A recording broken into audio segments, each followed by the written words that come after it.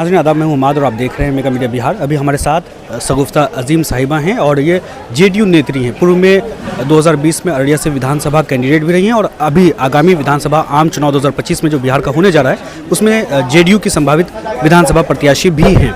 Ma'am, चुनाव लड़ रही हैं? यकीनन हमारी तो खेती है चुनाव, और चूँकि हम लोग जनता से जुड़े हुए लोग हैं तो इस वक्त में तो चुनाव लड़ने के लिए हम तैयार हैं, क्योंकि जनता की खिदमत करनी है। अभी हर दल अपने अपने तरीके से सर्वे करवा रही है ज़मीनी स्तर पर, और अलग अलग दावेदार भी हैं। हर अलग अलग दल में 2-3 लोग तो हैं ही। तो ऐसे में क्या अगर मान लीजिए टिकट मिल पाता है या नहीं मिल पाता है, परिस्थितियाँ अगर मान लीजिए आपके फेवर में नहीं होती, क्या वैसी परिस्थिति में भी आप चुनावी मैदान में होंगे? नहीं, देखिए, पार्टी अभी तो हम पार्टी के पूर्व प्रत्याशी के रूप में आज के डेट में हम काम कर रहे हैं, और ऐसा नहीं है। 17 वर्षों में मैंने पार्टी की सेवा दी है और पार्टी के साथ जुड़कर काम किया है। उनके सुख और दुख दोनों में मैंने अपनी सामान्य भागीदारी निभाई है। निश्चित तौर पर टिकट तो मुझे एक बार मिला ना। 17 वर्षों के हमारे जो साथ रहा है उसमें उससे पहले मैंने ना कोई डिमांड की है, ना कभी टिकट की बात की है। जब हमारे वरिष्ठ नेतृत्व ने टिकट दिया, मैंने चुनाव लड़ दिया, और आने वाले दिनों में अगर शीर्ष नेतृत्व तय करेंगे तो हम चुनाव लड़ेंगे अथवा नहीं लड़ेंगे। हर पार्टी अपना अपना मैनिफेस्टो निकालती है, और हर गठबंधन या चाहे कोई भी सरकार बने, वो लोग अपनी कोशिश करते हैं कि हम पब्लिक के लिए क्या करने वाले हैं।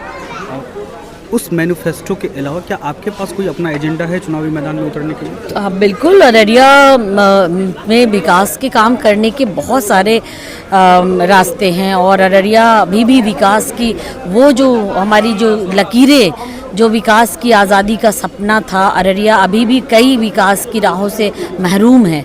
तो निश्चित तौर पर अररिया को विकास के पथ पर लाने के लिए यहाँ बहुत सारे काम हैं। एजुकेशन सेक्टर में, हेल्थ सेक्टर में, कम्युनिकेशन सेक्टर में अभी भी सरकार के बहुत सारी योजनाएं चलने के बावजूद धरातल पर, और ख़ास करके भ्रष्टाचार जो ब्लॉक लेवल पर, पंचायत लेवल पर लोगों को जो परेशानियां हैं, निश्चित तौर पर अररिया विधानसभा में जो नेतृत्व होता है जहां का, उसकी बदौलत वहां की शासन और प्रशासन दोनों चलती है। निश्चित तौर पर नेतृत्व विहीन हमारा अररिया विधानसभा रहा। नेतृत्व चूँकि जनता को कभी लगा ही नहीं कि यहाँ कोई प्रतिनिधि है हमारा, तो इस तरह से जो प्रतिनिधियों के बीच का जो गैप रहा, और इससे जो होने वाली अररिया के आवाम को जो परेशानियाँ रही, निश्चित तौर पर इन तमाम मुद्दों पर काम करने की आवश्यकता है। कोई ऐसा 1-2 काम या 3 काम अगर आप गिनाना चाहें जो आप करना चाहती हैं, जो आपकी दिली ख्वाहिश है कि अररिया में ये चीज़ होना चाहिए था, जो अब तक नहीं हो सका है? देखिए, सरकार ने बहुत सारी योजनाओं को लागू किया, सड़कों की जाल बिछाई, पुल पुलियों। इसके अलावा जो हमारे अररिया में जिस तरीके की व्यवस्थाएं होनी चाहिए स्वास्थ्य में, सभी चीज़ों से लैस हमारा, अभी आप देखें कि फ्री में अल्ट्रासाउंड वगैरह का सब कुछ, मतलब स्वास्थ्य के क्षेत्र में जो सरकार की घोषणाएं हैं वो तमाम चीज़ें गरीबों के लिए चल रही है। मगर कहीं ना कहीं आप देखें तो ये गरीबों को जो लाभ मिलना चाहिए वो नहीं मिल पा रहा है। गरीबों को जो सहूलियत मिलनी चाहिए वो नहीं हो पा रही है। तो निश्चित तौर पर इन तमाम क्षेत्रों में काम करने की आवश्यकता है। उनको धरातल पर उतारने की जिम्मेदारी लोकल बॉडी की होती है। जो यहाँ के विधानसभा के प्रत्याशी होते हैं उनकी जिम्मेदारी होती है। कहीं कोई कमियां हैं, जनता को कोई समस्या है, उसमें आगे बढ़ चढ़कर हिस्सा लेने की। तो सबसे बड़ी ज़रूरत है इस बात की कि जनता और हमारे जो नेता हैं, यानी कि विधानसभा के जो प्रत्याशी होंगे या लोकसभा के प्रत्याशी होते हैं, उनका सीधा सीधा संवाद होना चाहिए। ये सबसे आवश्यक है। तो मैं वो संवाद का स्रोत बनूंगी, और जनता की प्रत्येक समस्याएं, जो भी, चाहे मोटेशन का मामला हो, ज़मीन का मामला हो, चाहे वो गरीबी उन्मूलन कार्यक्रमों में बहुत सारी चीज़ों का जो सरकारी योजनाएं जो लोगों, अंतिम पंक्तियों के लोगों को नहीं मिल पा रहा है, क्रमांक तोड़ करके लोग गलत करके पहुंचा रहे हैं, इन तमाम समस्याओं पर मैं लड़ूंगी। साथ साथ ये तमाम जिम्मेदारियां हैं। हेल्थ सेक्टर में और काम करने की आवश्यकता है, ताकि हमारे लोग, अररिया विधानसभा के लोग, अररिया के लोग प्राइवेट हॉस्पिटल में ना जाएं। इसके लिए उनकी तमाम सरकारी जो व्यवस्थाएं हैं उनको मिले, इसके लिए भी काम करने की आवश्यकता है। मैम, अभी आपने बहुत सारे भ्रष्टाचार या मनरेगा योजना या और सारी चीज़ें आपने गिनवाया है।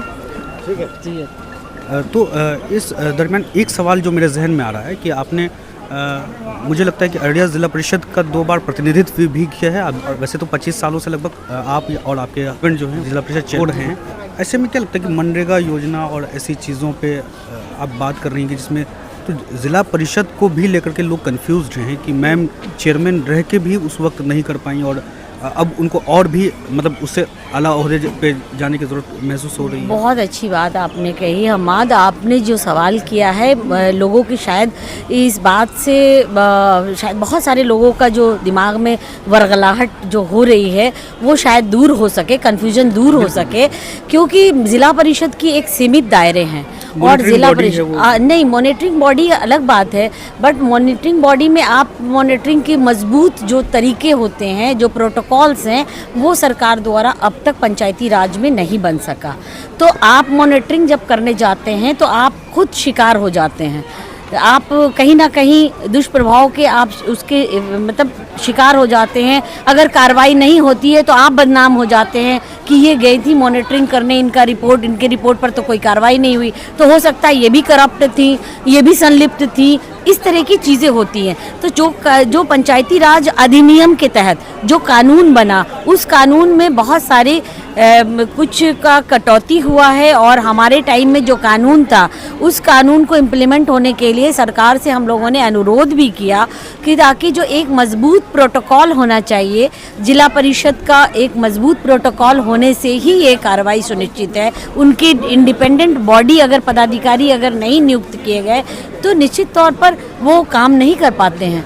तो जिला परिषद के सदस्य एक प्रतिनिधि हैं और प्रतिनिधि के रूप में उनकी जिम्मेदारी जनता से जुड़ी होती है, लेकिन कार्रवाई की जिम्मेदारी पदाधिकारियों से जुड़ी होती है। तो पदाधिकारियों की जो पावर है, जो उनकी जो शक्ति है और जनप्रतिनिधियों की शक्ति, दोनों शक्तियों में काफ़ी अंतर है। जो आप चाहते हैं कि जनता देख रही है 25 सालों में अध्यक्ष जिला परिषद शगुफ्ता अजीम, आफ्ताब अजीम बने हुए हैं मगर कोई काम नहीं हो रहा है, तो हमारे सीमित काम के दायरे हैं। उन दायरे में अगर आप हमसे पूछेंगे तो हमारे काम के दायरों में जो काम है वो अनगिनत पूरे आपके ज़िला में काम हुआ है। चलिए मैम, अभी चूँकि आप कहीं आई हुई थी तो चलते चलते हमने सोचा कि एक छोटी सी बातचीत हो जाए। हम आपसे रिक्वेस्ट करेंगे कि एक आने वाले दिनों में थोड़ा लंबा समय दीजिए ताकि अच्छे से बातचीत हो पाए। बहुत बहुत शुक्रिया। अररिया विधानसभा के जो वोटर्स हैं उनके लिए लास्ट में आपका क्या मैसेज है?